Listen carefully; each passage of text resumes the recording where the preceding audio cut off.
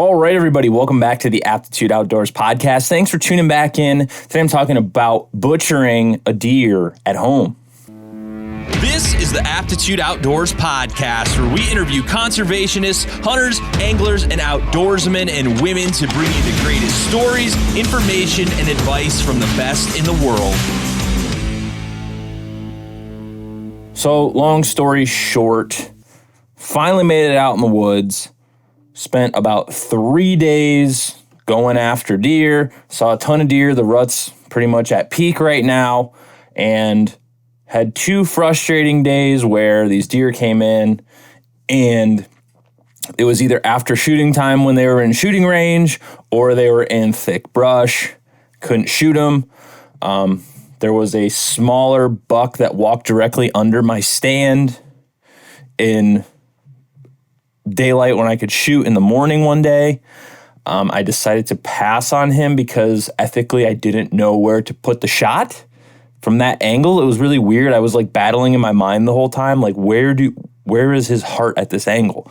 So I decided to pass, and by the time he got away from me enough that I felt comfortable shooting, he was already in the brush again.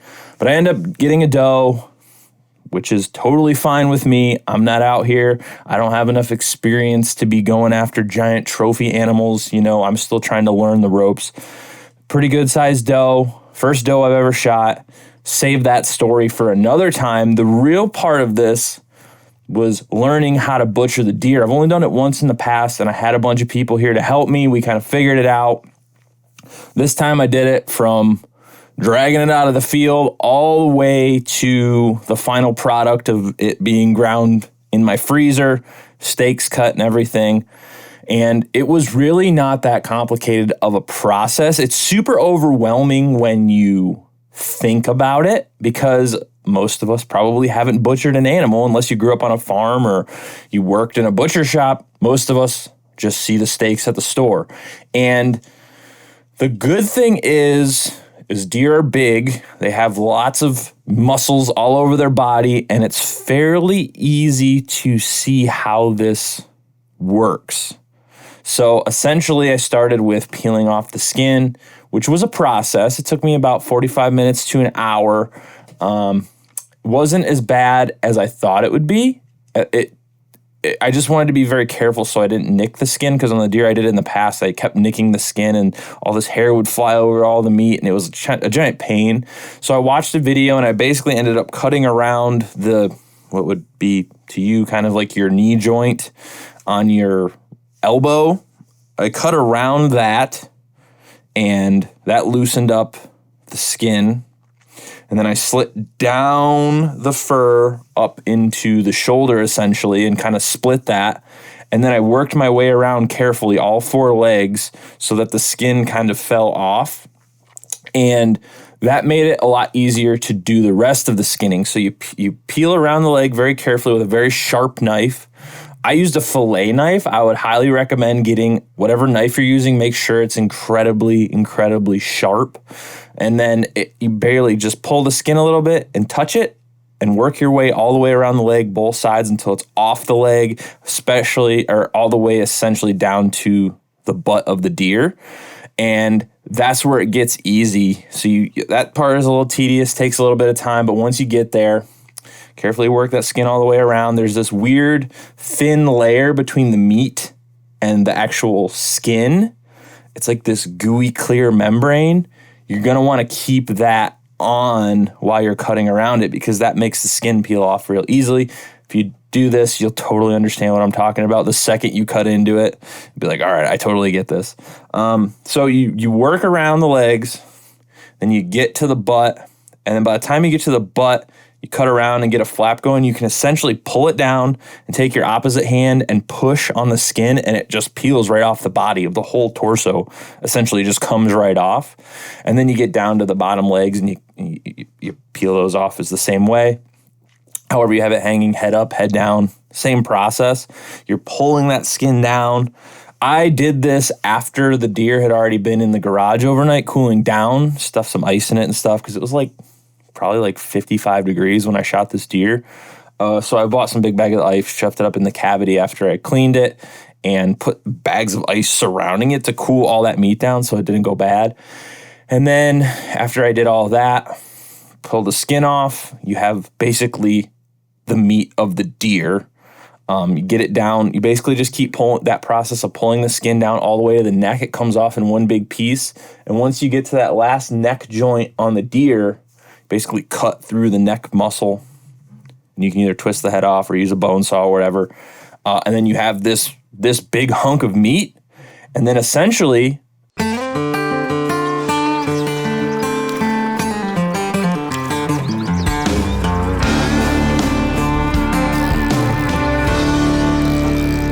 wake up early before the sun comes up. Yeah. Then you drink a little coffee, fire the gator tail up, then you hit it on out where no man goes. this is where it kind of feels intimidating. Like pulling the skin off is fairly simple. It's just, you're pulling the skin off. There's only one layer of stuff you're doing. And then when it gets to the body, it's like, I don't know the different cuts of meat. I don't know what's what. It's all edible. It's just muscle. So you can eat all of it. I knew from the past that you really don't want to use any deer fat because it's kind of waxy. It's not like beef fat. So before I started this process, I went to my local butcher shop, got about 5 pounds of beef fat for later for the grinding process. Pretty cheap. I mean, it's whatever. You can get pork fat too. Beef fat was cheaper, so I went with that. It's easier to find around me. For some reason, none of the butcher shops around here have pork, or you have to order it like a month in advance, which I don't know when I'm going to shoot a deer. How am I supposed to know that? So I went and got that, and then essentially you pull all the legs off at the shoulder joints. Fairly simple. Once you start cutting around that shoulder, even like roughly, especially if you're first time, it's going to look like shit. I mean, it looked terrible when I was doing this, but you pull around that shoulder, and essentially the whole, instead of being tight to the body, like when a deer is running or standing, you cut loose a little of that muscle, and the leg basically comes right off at that joint. I mean, you don't have to cut the bone or anything. It just comes off. So you should have 4 legs. It's just, you quarter it out. And then you have the rib cage and the neck left. So I put those on a table. And in my garage, I don't have, a lot of space. So in my garage, I just put up 2 sawhorses. I put a piece of plywood that I had in the garage over that. I went to the Walmart that's like, the closest store to me in any direction, essentially, that sells anything that you can need in bulk. So I bought some painters, drop cloth, the plastic stuff, a big roll of that. And I layered that over the plywood to keep it sanitary.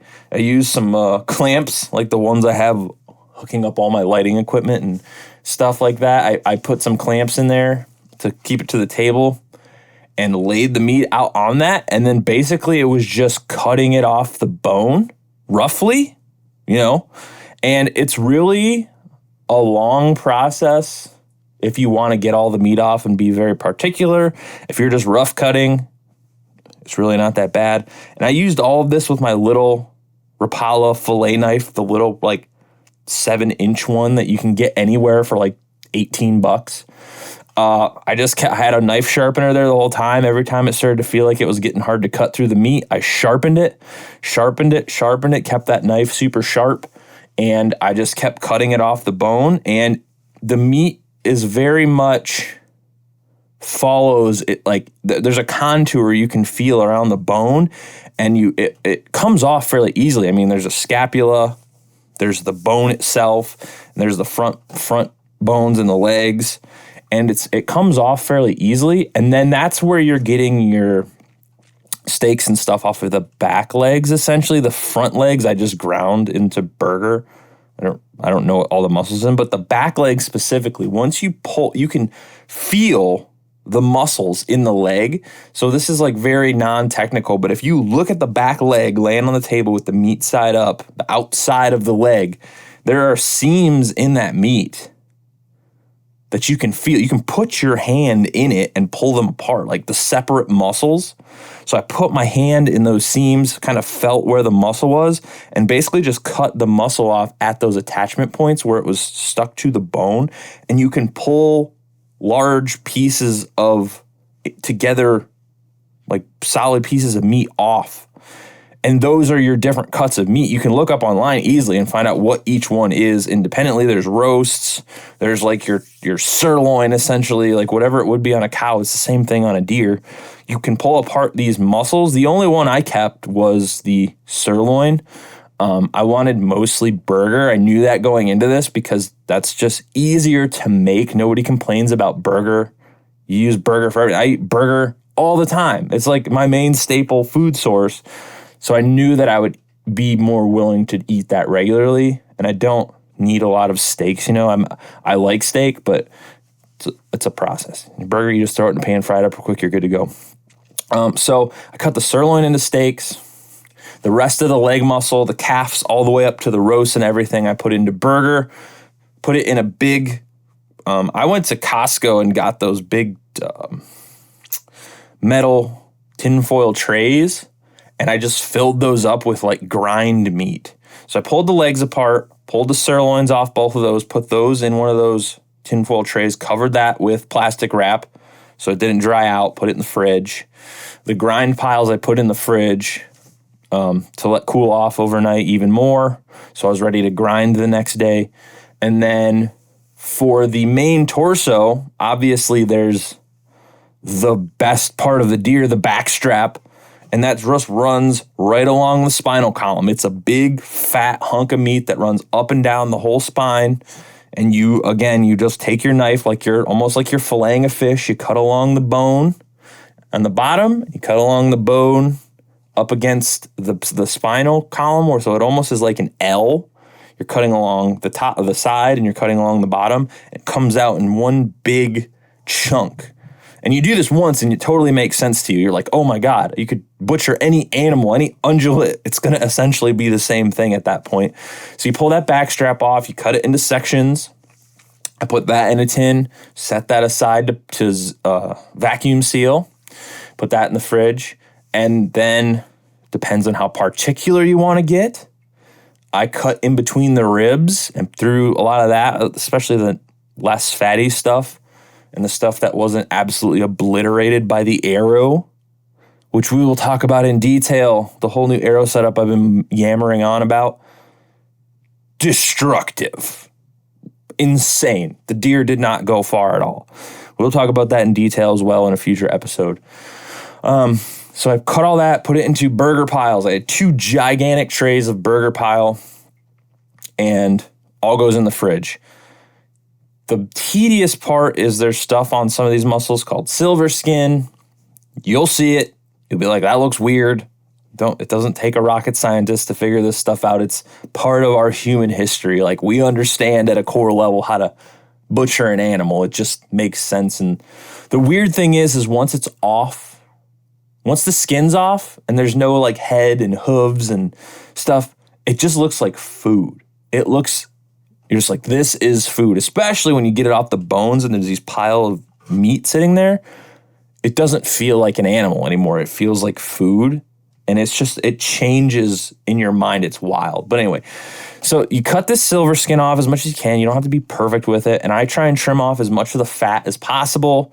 There's always going to be little straggler pieces. It's not going to kill you. You'll be fine. I'm sure they're not this tedious at the butcher shop when you drop your deer off at the processor. They're just trying to get as much done as possible. So cut as much of this silver skin off as possible, especially around the lower leg, like the calf and the forearm, essentially, what it would be on a human. That stuff's just loaded with that shit. It's probably not even possible to get it all off. So I just did the best I could. And I had a scrap bucket with just scrap meat and bones. Dump that in the cornfield. The other animals, the life cycle will continue. The vultures will get it, and the rodents and all the other stuff will eat that up, the coyotes. And that's it. You have these piles of grind, you have these piles of steaks prepared. So I let that cool overnight. Very easy. I've, again, covered everything in tinfoil so it doesn't dry out. cleaned up my workspace, and then the next day I have a grinder. It's not a crazy, awesome, cool grinder. It's a Cabela's one that somebody gave to me because they got a new one, or my dad gave it to me. I don't remember. Somebody gave me this grinder, and it's plastic. There's a metal grinder attachment, and there's a tray on top. It's very small. It's like the size of a tablet, this tray. So it's not a big grinding machine, but it processed the whole deer just fine. Essentially, from making stuff in the past, re-grinding burger that I already had into like breakfast sausage or things of that nature, I kind of had an understanding of what I needed to do. So again, I went and got that beef fat. I weighed everything. I did everything in 3-pound batches, and I'm not a mathematician. I'm absolutely awful at math. But I basically did, for every 3 pounds of meat, I did a 1/2 pound of fat, which would, if my math is correct, don't correct me because I don't want to know how bad I am at math. I don't need reminded. Should be like an 85-15 ratio beef, like you buy at the store, like ground beef burger. That was my thought process going into that. I weighed everything. I ground it in 3-pound batches, and then that went back into those tinfoil trays. I filled up 4 tinfoil trays. I ended up getting approximately 23 to 25 pounds of ground beef out of this. Once I added the fat, I vacuum sealed it. So I basically took a little bit of, I had to cut all this muscle up, cube it up essentially so it fit in the grinder, which took forever. So be prepared for a day. If you're by yourself, if you have a team of people helping, it's great. You can have one guy chopping into cubes, one guy weighing everything, measuring out fat, chopping that into cubes. Hey, what's up everyone? James Appleton here, co-founder of Absolute Aid. Welcome to the Seek to Do More program. This program will help you help yourself by developing the daily habits that will elevate your entire life. Over the next 30 days, you'll complete the doers list every single day. And the doers list includes 1, do something physical. 2, follow and stick to your diet of choice. 3, read a real book. 4, further your education on purpose. 5, dedicate time to your spiritual life. And 6, dedicate time to your hobbies. So if you're ready to take a structured, proven approach to build the daily habits that will allow you to get the most out of yourself, your time, and your life every single day, the Seek to Do More program is your blueprint. So make a choice, commit to yourself, sign up below, and let's get started. I like to put the grinding implement, the actual metal grinder part itself, and the fat in the freezer and let it get a little hard, a little semi-frozen. The meat just doesn't stick to it as much.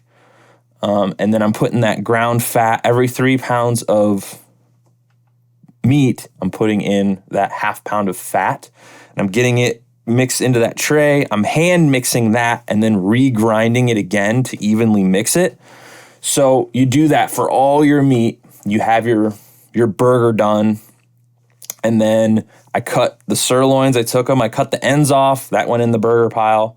You might want to do that first. Very sinewy in there, like lots of silver skin and stuff. So it kind of clogged up my mixer or my grinder. So just be cognizant of that.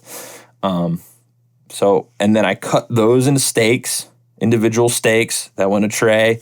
I cut the tenderloins up in individual steaks. That went in a tray. Put those in the fridge.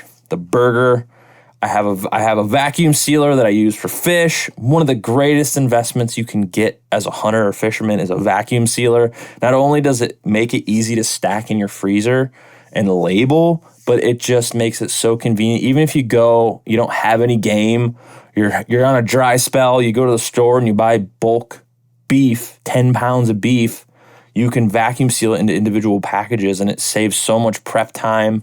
I do it all the time in the summer when I run out of stuff, constantly vacuum sealing it. So it's a great investment. It keeps stuff fresh for a long time.